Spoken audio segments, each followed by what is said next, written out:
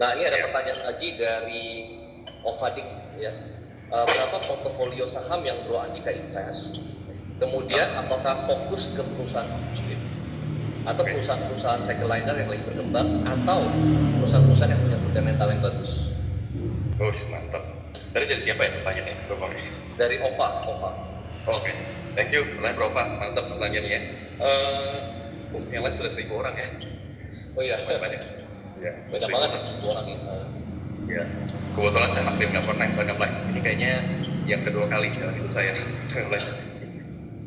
Ya, tadi pertanyaannya saya akan masuk ke saham apa kan? Entah itu blue chip atau lebih banyak di second liner atau kalau boleh jujur, saya ini kebetulan pribadi yang jadi profil resiko saya ini dari sisi investasinya sebagai investor, saya lumayan agresif ya. Bro mungkin udah tahu ya, dari sisi investasi saya lumayan agresif kan, sempat cerita. Nah, karena agresif itulah, saya dari dulu, ini belasan tahun terakhir nih, saya hampir tidak pernah membeli perusahaan blue chip, gitu. Hampir nggak pernah. Pernah sih beli saham Mandiri, Bank BRI, paling cuma 1 kali doang. Bank BCA saya nggak pernah beli, gitu ya. Karena kenapa? Memang blue chip itu sangat aman, pertama. Tapi kalau kita bicara untung 50%, wah itu berat gitu ya. Bisa nggak 50%? Bisa, tapi mungkin harus 5 tahun ke atas, gitu loh. Nah, makanya dari dulu saya lebih suka sekali. Nah, cuma memang karena faktor saya udah merit gitu ya. Saya kan udah merit di November kemarin, udah punya tabungan, kayaknya agak berubah nih ya profil resiko saya. Saya udah mulai pikir, wah nanti udah punya anak nih, apa jangan terlalu agresif gitu. Jadi saya lebih apa ya, nanti kalau misalnya nanti saya mulai masuk saham, saya akan mulai masuk ke saham blue chip juga. Jadi mungkin saya siapkan sekitar 50% lah, at least setengah dari portfolio saya masuk ke blue chip. Gak apa, ya saya memang satu, saya hold for long term, saya siap dengan belasan tahun ke depan. Dan kedua, saya terima dividennya. Tapi yang pasti adalah, kalau kita invest ke blue chip, itu strategi agak beda teman-teman ya. Kalau kalian invest yang mungkin second liner nih, ketika kalian sudah mencapai target sell, harga sell kalian lepas saja, nggak apa-apa. Karena kenapa? Saham-saham second liner biasanya, nggak semuanya sih, tapi mostly, contoh yang saya kasih contoh harga saham ya. Misalnya teman-teman, ini deh yang kemarin saya pernah post gitu, itu sebanyak nanya gitu ya. Saya waktu itu tahun 2010 ya, pernah beli saham Adikarya. Saat itu harga sahamnya 500 perak ya, 2010 sempat naik sampai 3 ribuan. Sekarang kemarin sempat 300-an gitu ya, 300-an, walaupun sekarang udah 500-600.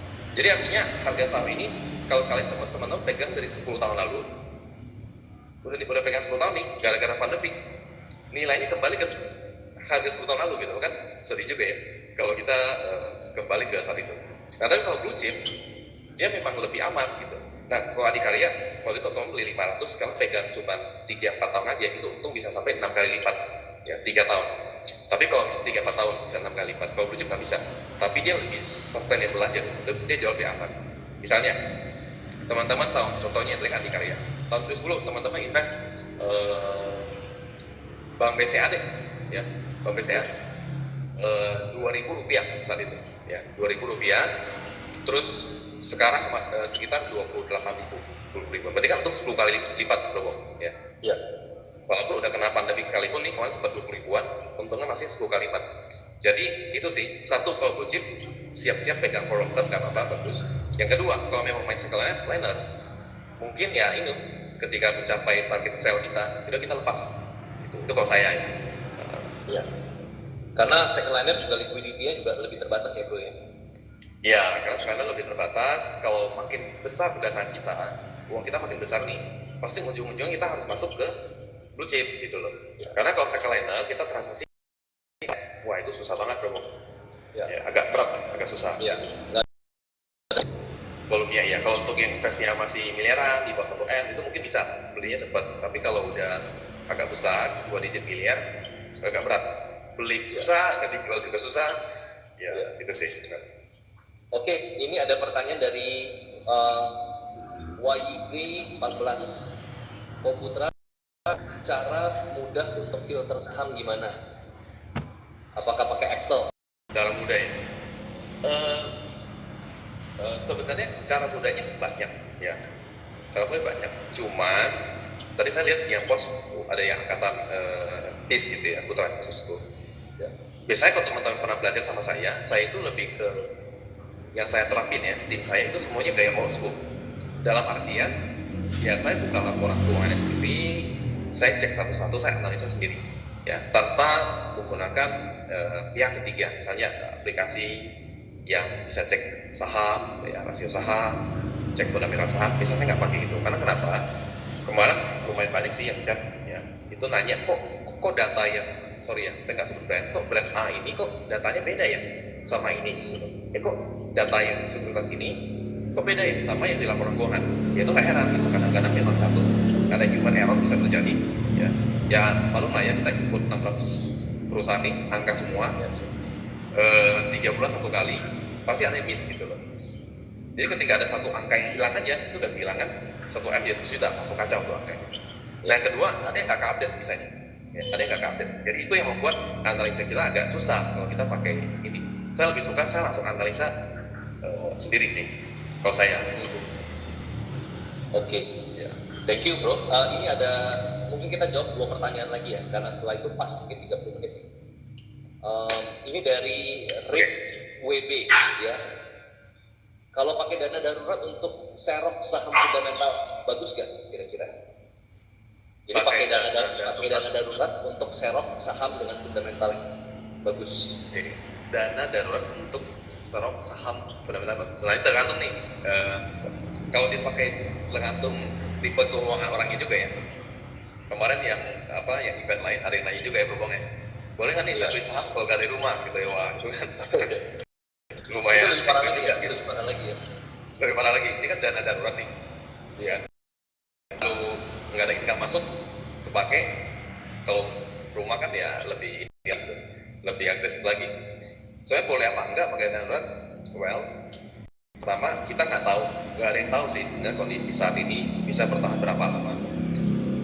Menurut saya boleh nggak? Mungkin memang boleh.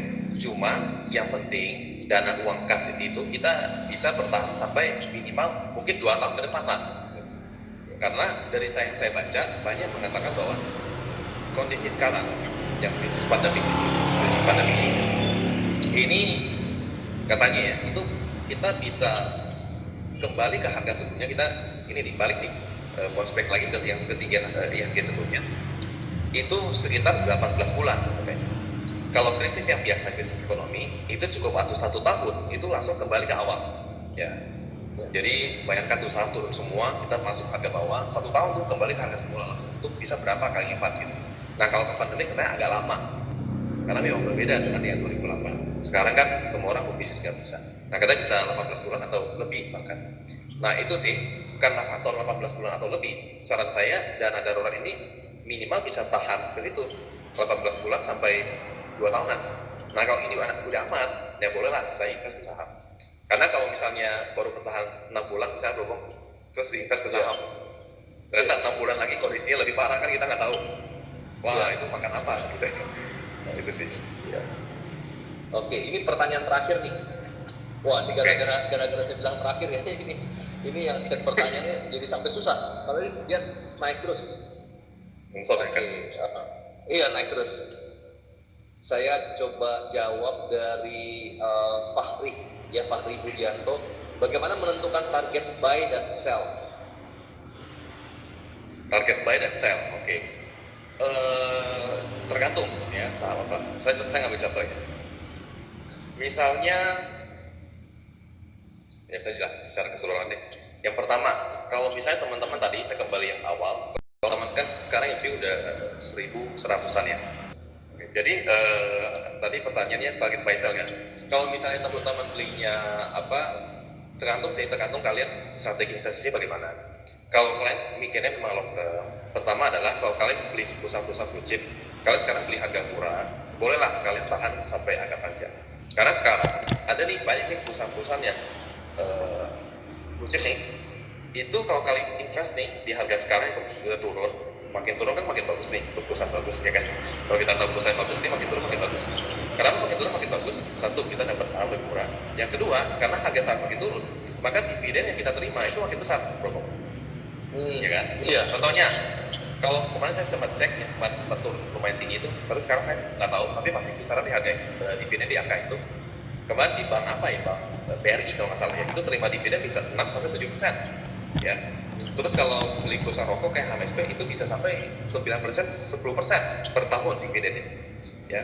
Artinya ya daripada saya tabung uang saya di bank, mending saya masuk ke sahamnya gitu ya. Karena kalau saya beli sahamnya, setiap tahun saya terima 7%, makin lama itu akan makin besar dividennya. Ya. Jadi kalau misalnya untuk blue chip, teman-teman harus punya mindset begini. Mindsetnya apa? Mindsetnya adalah invest sahamnya di saat ini dan hold sampai 10 tahun ke depan, bro. Karena kenapa? Kalau kita invest dari harga sekarang murah, itu sangat mungkin di 10 tahun kemudian kita bisa menerima dividen per 1 tahunnya itu senilai angka investasi kita di awal. Nah, itu yang kita kejar for long term. Misalnya saya invest 10M, misalnya saya invest 10M, maka 10 tahun saya bisa terima dividen per tahun yaitu sekitar 7M sampai 10M. Itu sangat mungkin kan? Per tahun ya. Per tahun. Ya. Itu dividennya. Bayangkan kalau sahamnya kita jual, mungkin bisa ada 100M gitu, bisa lebih dari 100M. Nah itu sih apa yang kita kejar kalau blue chip. Nah kalau second liner mungkin memang harus kita target. Kita beli nggak usah muluk-muluk lah ya, lepas lah misalnya itu juga lumayan, untung bisa 3-4 kali lipat ya. Cukup banyak sahamnya bisa untung segitu. Nah setelah itu dapat uangnya, kita lihat lagi nih mana sahamnya bagus, udah agak pindah-pindah kalau second liner ya, nggak harus hold sampai jangka panjang. Oke, thank you ya bro Andika. Jadi kalau saya coba sum up, sebenarnya kalau misalkan teman-teman di sini yang saya lihat rata-rata masih sangat muda. Sebenarnya di antara pandemi ini kita mengalami satu shock yang cukup besar, tapi sekaligus sebenarnya kita jadi saksi sejarah dan bisa juga kita adalah orang yang paling beruntung. Ini saya pinjam kata-kata dari bro Dani, dia bilang, gue merasa gue beruntung banget kenapa dapat privilege untuk bisa merasakan yang namanya pandemi yang setiap 100 tahun sekali, dan ditambah juga dengan global financial crisis yang mungkin terjadi setiap 10 belasan tahun sekali. Kenapa dia bilang beruntung? Saya tanya sama dia, karena kita bisa masuk di saat yang paling tepat. Ya, karena nggak semua orang bisa punya momen seperti itu. Kalau kita masih muda dan kita merasakan kondisi yang sekarang kita rasakan itu sangat baik. Kenapa? Karena tanggung jawab kita belum besar, bola salju kita belum besar. Bayangkan kalau misalkan kita mengalami keadaan ini seperti misalkan kita sudah menjadi seorang konglomerasi ya, kita punya perusahaan konglomerasi. Let's say ada satu F&B bisnis yang dia punya 4.000 karyawan. Ya, ini brandnya sangat terkenal. Dia punya 4.000 karyawan dan dia mengalami itu ketika dia begitu besarnya. Ya. Nah, ketika kita mengalami hari ini dengan bola kita masih kecil, ini sebenarnya satu keberuntungan sebenarnya yang bisa kita katakan. Ini saya pinjam kalimat dari bro Dani. Iya. Thank you bro Andika. Mungkin terakhir bro, saya mau tambahin sedikit ya. Boleh. Karena saya lihat ini antusiasnya luar biasa. Dan saya yang terakhir, karena saya lihat lumayan banyak yang nanya mengenai tadi ya, nanya soal kondisi sekarang gimana nih, kita sudah ke depannya gimana gitu ya. Jadi last terakhir, dan saya setuju sama Bro Pong ya, sama Bro Nani ya, brother kita ya. Dia bilang, saya merasa terhormat gitu ya, berada di tengah-tengah krisis pandemi 100 tahun satu kali. Ya saya suka pandangan positif seperti itu sih, karena sekarang di tengah banyak hal yang negatif, why not kita positive thinking gitu kan. Kalau negatif kan ya udah kan berat. Nah maksud saya yang mau saya bahas adalah tadi banyak nanya soal apakah ini akan balik kapan recover dan lain. Mungkin satu hal ya, menurut saya Indonesia ini negara yang sangat punya peluang untuk menjadi sangat besar gitu kan. Kan memang dikatakan ya, kita di Indonesia tahun 2045 itu akan menjadi satu negara yang nomor 4 di dunia gitu ya. Nah bayangkan itu sekitar 25 tahun dari sekarang. Tadi kan saya bicara 25 tahun ke belakang ya kan. 25 tahun ke belakang ini IHSG aja bisa naik 70 kali lipat dari sisi market cap-nya. Nah 25 tahun ke depan kalau Indonesia benar-benar jadi top nomor 4 dan kita saat itu masih jadi investor saham, wah itu hasilnya gila banget ya. Karena itu satu hal. Kedua, salah satu indikator sebuah negara itu adalah negara maju gitu ya, itu adalah banyaknya retail investor. Jadi banyak investor lokal di dalam pasar saham. Nah saat ini kita di Indonesia itu invest saham nih itu cuma 2 jutaan orang bro ya. Cuma 2 jutaan orang, berarti kan 1%. Ya kan ada 260 juta nih, cuma 2 jutaan orang. Itu pun yang aktif yang aktifnya, investor aktif itu cuma 600.000 orang. Ya. Jadi kurang dari 1% berarti kan, 0,3%, ya kan rendah sekali gitu. Sedangkan kalau kita compare dengan Singapura itu 30%-an itu udah invest saham. Malaysia udah 13%. Di Amerika itu 50%. Mereka sudah pernah invest saham. Jadi 50% dari orang US itu sudah pernah invest saham. Jadi bayangkan, kan sekarang pemerintah kita lagi lumayan gencar di unang usaha. Nanti kalau pandemi kita lewat, saham akan naik, banyak orang kaya baru. Ya, saya yakin akan naik dari sini nih 1000-an orang itu menjadi orang kaya baru karena naik berkali-kali lipat.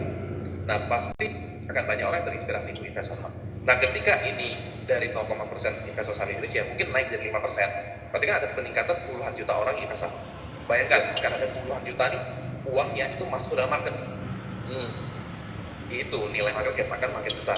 Nah kalau kita udah ada di pasar saham dari sekarang, ya itu sampai nanti 2045, 25 tahun mungkin banyak peluang baru, ya mungkin akan banyak peluang baru. Salah satunya ya kita semua di sini lah. Amin. Makanya tadi saya bilang kita adalah orang yang paling beruntung, betul ya bro? Iya, kita dari sisi positifnya selain sisi beruntung, sisi positifnya. Ya, dan ya mungkin ya itu sih yang saya mau share ya. Jadi jangan melihat ini hal yang negatif, lihat positif aja, lihat long term ke depan, karena Black Death aja yang pandemik sebelumnya, berhubung ya, itu waktu itu populasi manusia kan mati 50% ya. Iya. 50% populasi manusia mati, itu yang Black Death yang sebelumnya, itu pun at the end masih bisa sampai hari ini gitu. Seburuk apapun kondisinya, badai pasti berlalu lah, krisis pasti berlalu gitu. Oke, thank you Bro Andika udah sharing waktunya. Waktu yang paling berharga jam 8 mungkin waktu yang makan malam ya, tadi udah luangin waktu buat kita. Belum sempat makan ya? Belum makan? Belum makan. Oke, thank you semuanya. Thank you Bro Andika ya. Thank you semuanya. Thank you Bro. Thank you semuanya.